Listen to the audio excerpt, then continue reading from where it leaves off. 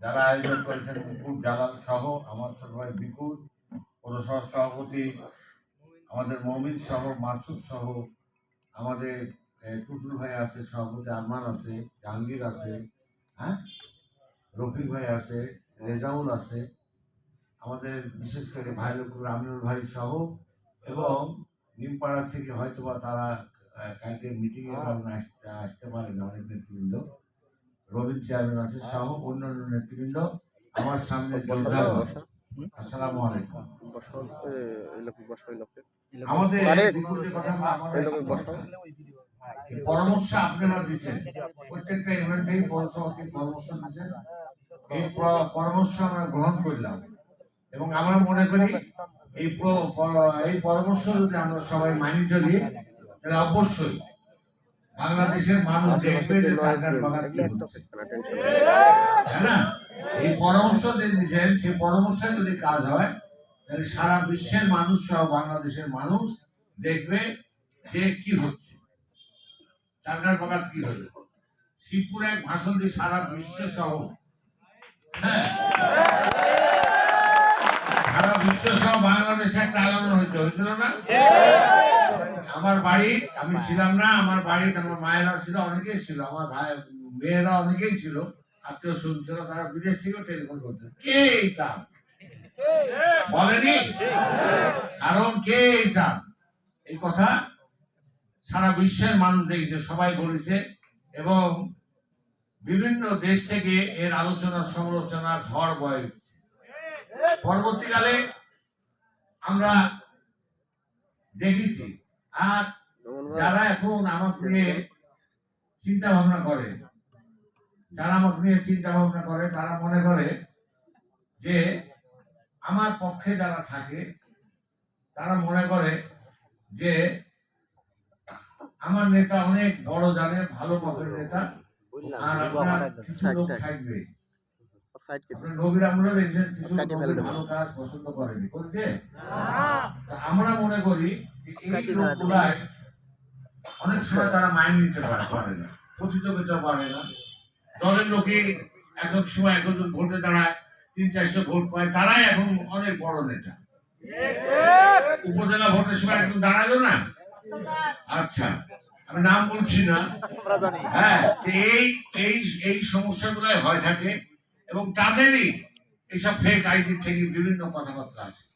জনগণ কিন্তু তাদের সাথে নাই, মানুষ তাদের সাথে নাই। যদি মানুষই থাকতো তাহলে হাতি কলেজের একটা ইলেকশন এখানে তো রেজাল্ট দেখলে বোঝা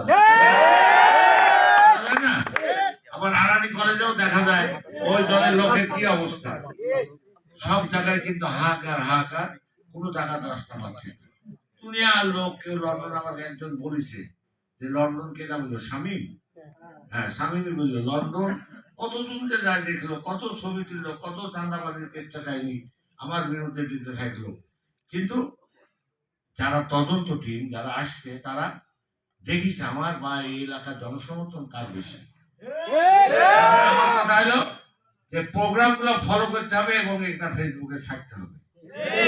আর যারা আমার বিরুদ্ধে কথা বলে, আমার অনেক ইতিহাস আছে, 18 বছরের ইতিহাস ধরলে আপনারা অনেক ছেলেমেলে জানে না। একটা সময় আমি এই গ্রামে খুব ছোট মানুষ ছিলাম, অল্প বয়সের ছেলে, কিন্তু গ্রামের লোক দেখি আমাকে ওই মারিয়া স্কুলে আমার হাত তুলে বুঝিয়ে দিয়েছিল তুই আজ থেকে নেতা। চেয়ারম্যান হওয়ার পর আমার ভাই মনসুর ভাই মারা গেল, মনসুর ভাই মারা গেল, মনসুর ভাই বলেছিল সেদিনকে চাঁদকে নেতৃত্ব দেওয়া, আগামী দিন এই গ্রামের কিছু অস্তিত্ব থাকবে, গ্রামের সমস্যার সমাধান হবে, গ্রামের অনেক উন্নয়ন হলে ওর দ্বারাই হবে।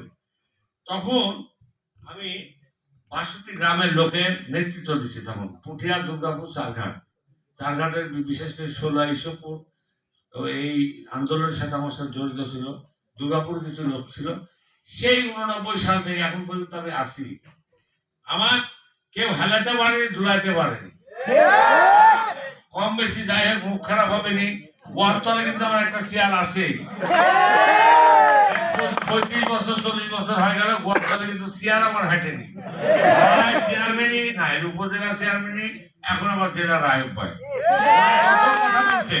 তত ডিমান্ড বাড়ছে, অনেক ব্যারিস্টার জেলাতে অনেক কিন্তু ব্যারিস্টার আছে না, ডাক্তার আছে, ইঞ্জিনিয়ার আছে।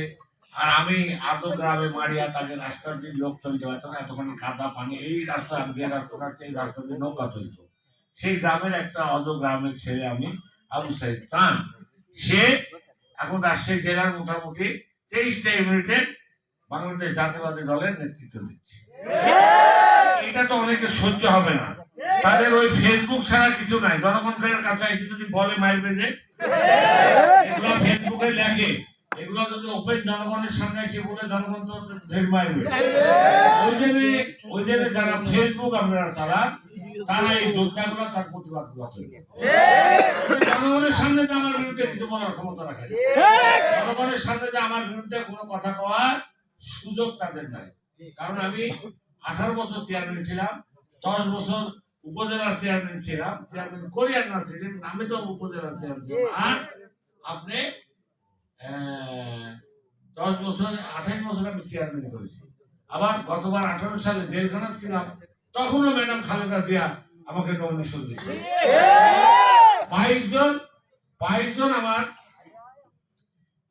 আমরা নমিনেশন থেকে ভোট করতে পারিনি। সেটা হলো আমি সহ মিস্টার সহ অনেকে যারা উপজেলা চেয়ারম্যান এবং যারা আপনার পৌরসভার মেয়র ছিল তারা সহ 22 জন আমরা ভোট করতে পারিনি। যার কারণে এই আইন নতুন আইন তৈরি করে এখন হয়নি।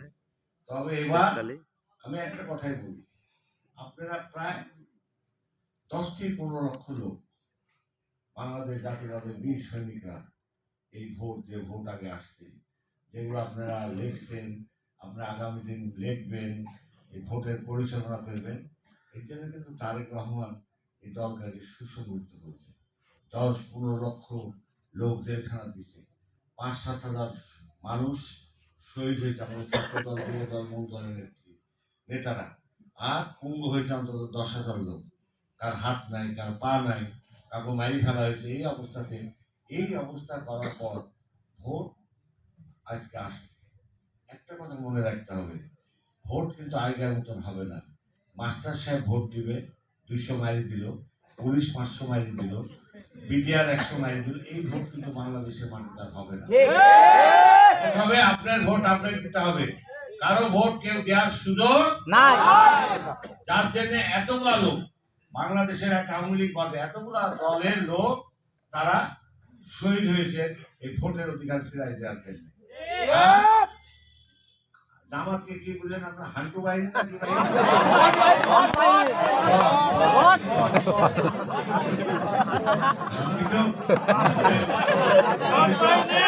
মাঝে মাঝে ভুলি যায়, ভোট বাহিনী না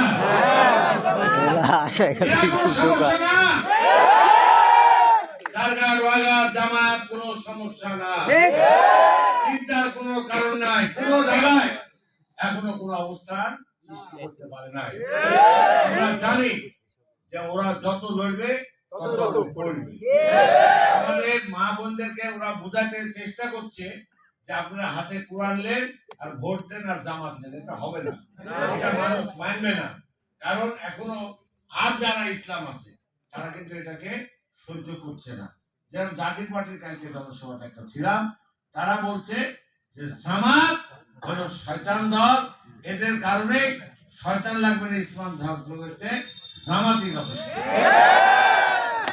যাক, জামাতের চিন্তা মাথায় রাখতে হবে না, ওরা কিগুলা করে ফলো করে গেছে দেখতে হবে। 1 আর 2 আপনারা সামনে দিন আগান, ভোটের সামনে দিন আগান।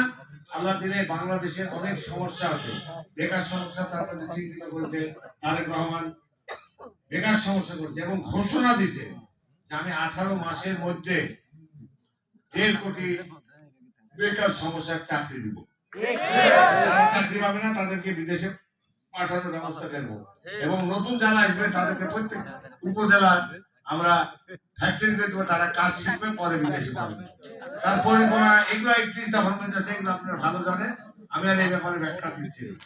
তবে কালকে আড়াইটার মধ্যে আড়াইতে পৌঁছতে হবে নাকি এই ব্যাপারে একমত? দুটার মধ্যে সবকে আড়াই পৌঁছতে হবে, ঠিক আছে? আওয়াজ তুলতে হবে। সেখানে আমাদের সালাম সাহেব, ম্যাডাম খালেদা জিয়া, বীর মুক্তিযোদ্ধা, এরাই যুদ্ধ করেছে জিয়াউর রহমানের সাথে। সে বীর মুক্তিযোদ্ধা আব্দুল সালাম সাহেব আপনাদের উদ্দেশ্যে, জাতির উদ্দেশ্যে, চারঘাট বাজার লোকের উদ্দেশ্যে সে ভাষণ দেবে।